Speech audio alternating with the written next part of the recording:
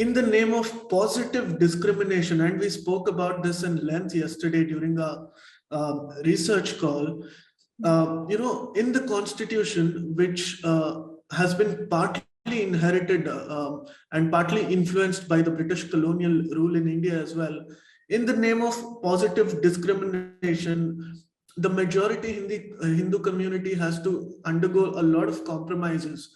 Now, there is a debate on codification. Some say that some of it is good and some of it is bad. And that is another debate we'll probably touch upon later. But why are different laws, especially the Islamic laws, beyond our scrutiny? Have we become so radical in our approach to our democracy, so committed to our democracy, that we even hesitate to speak about any other religion? No, that is a very, very valid point that you brought out. For example, as you were saying, we have stretched this concept of positive discrimination to such an extent that we are actually providing so many concessions under the name of minority religion. Right. The Hindus today are sort of failing to understand where this so-called secularism stopped and where sort of this Muslim appeasement began. In the sense that, I'll tell you how it all started. Now, this is a country with majority Hindus, very unsuspectingly generous. They follow the sort of dharmic traditions. They believe in dharma. They believe that all religions should be looked at from the sort of asamabha. Right. I mean, it should be looked in the same manner with the same lens. And they decide to have a constitution.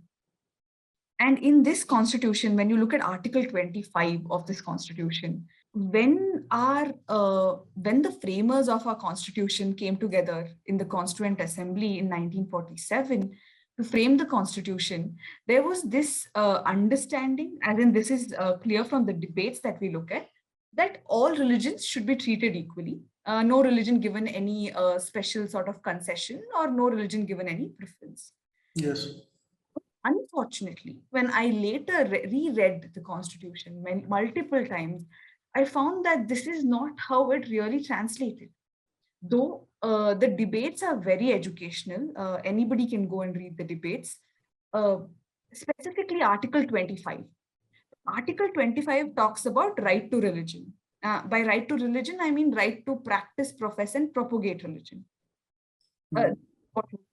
Now, this was a very, very dicey topic. This was debated continuously in the Constituent Assembly. And you would wonder why.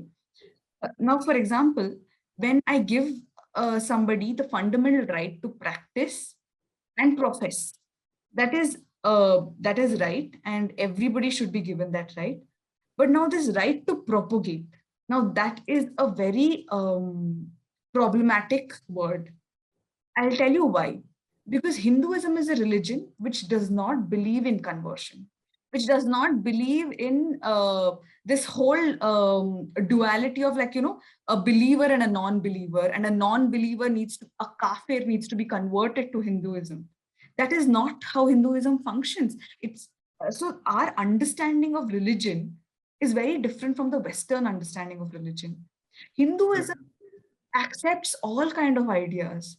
You can follow a ritual, you need not follow a ritual. You can be a believer, a non-believer, an atheist, agnostic, and you're still in the folds of Hinduism.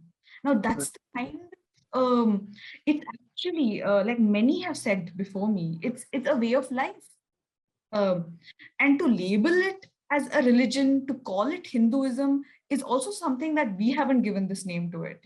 It's come from outside. They didn't understand. They couldn't define us. So they tagged it as, oh, she's a Hindu or he's a Hindu. So that's the kind of religion we have.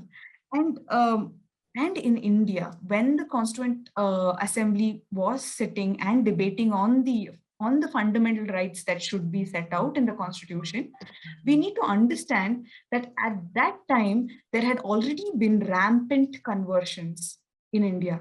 Like the Catholic missionary had already sort of stretched across the country. They had used the back door. So where we know that Islam, the way Islam operates is from the 12th century onwards in India, they have actually taxed non-Islamic subjects. As in, there was actually a tax called jizya. Their conversion policy was very obvious, very on the face, very aggressive. The way Christian monasteries have done it. And let me clarify, whatever I'm saying about the history of India, about how Islam has functioned, how Christianity has functioned, this should not, a Christian or a Muslim girl or boy born in the present times should not at any point sort of wear a chain of albatross and say, oh, I'm carrying all this history around me and people will treat me differently. That's not at all true, and that hasn't happened also. Let's also wake up to the fact that that can never happen in India and hasn't happened.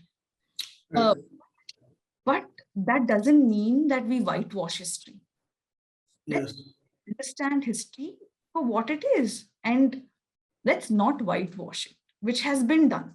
So that is why this word propagate is so problematic. So propagate essentially means creating more of the same. That's what, as in the dictionary definition of propagate is. Practice would mean to practice your religion. Profess would mean to preach about it, to speak about it, to spread awareness about it. Now, all of this is acceptable and welcome in our country, but propagate. Now, that is a problematic word. Loknath Mishra, who happens to be our present Pinaki Mishra, a MP from the BJD party, his, I think, great-grandfather or grandfather, he actually raised a very eminent point at that juncture when it was being discussed, this article. And he said, why are we making propagation of your religion a fundamental right? What is the reason behind it? Profess it, practice it, but why propagate? When you put the word propagate in the context of India, this right clearly is aimed at some people. Right. Aimed against some another community, and that is very clear. And unfortunately, he said, let's remove the word propagate. Right. And he said something very interesting. He said, he actually said that we as a world are moving towards a melting pot, moving towards being a melting pot. Okay, so practice and profess your religion, adopt other people's ideas, understand them, maybe incorporate them in your lifestyle. But why are you making this into a political, he clearly looked at this as a political device. And that's what it has been. What has happened in the past, what religion has done, unfortunately, it has been used as a tool for political en masse, as in to get political strength. And I'll explain how. Okay. So for example, many times, and actually there's a very great saying in Hinduism, as in a Sanskrit shlok, ekam sat vipravadhati. What it vipra bahu, what it means essentially is God and the truth. There is only one truth, and the intelligentsia speaks about it in different forms and manner. And importantly, nobody can monopolize God or the truth. No religion, no sect, no community can say, I have complete monopoly over God or truth. Right. And unfortunately, some religions don't believe in this. And it's very clear. So we belong to that kind of a tradition and Sanskriti. Right. Hinduism has no sort of, has not put up barricades for its protection. As in, I think that really is how Hinduism is, because Hinduism is an open, evolving living religion. And therefore, it's so easy, I think, with to sort of through fraud, essentially fraud, through misinformation, and through some form of cajoling to convert a Hindu into a different religion. Right. And this is very, very rampant. And the Constituent Assembly was very much aware. And still this word of propagate was inserted. And this was not removed, which I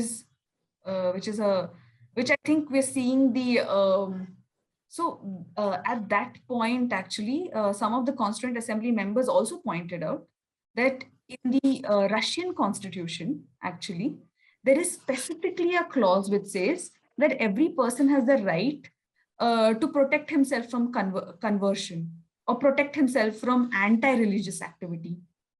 Right. Why wasn't such a fundamental right given to Indians, to Hindus, to everybody, to the Sikh, to the Jain, to the Buddhist, to the Parsis, all of whom don't believe in conversion? Please remember to subscribe to us and switch on the notifications for this channel. For our other social media links, more content, and to support our work, please visit citti.net. Dhanyavad. Namaskar.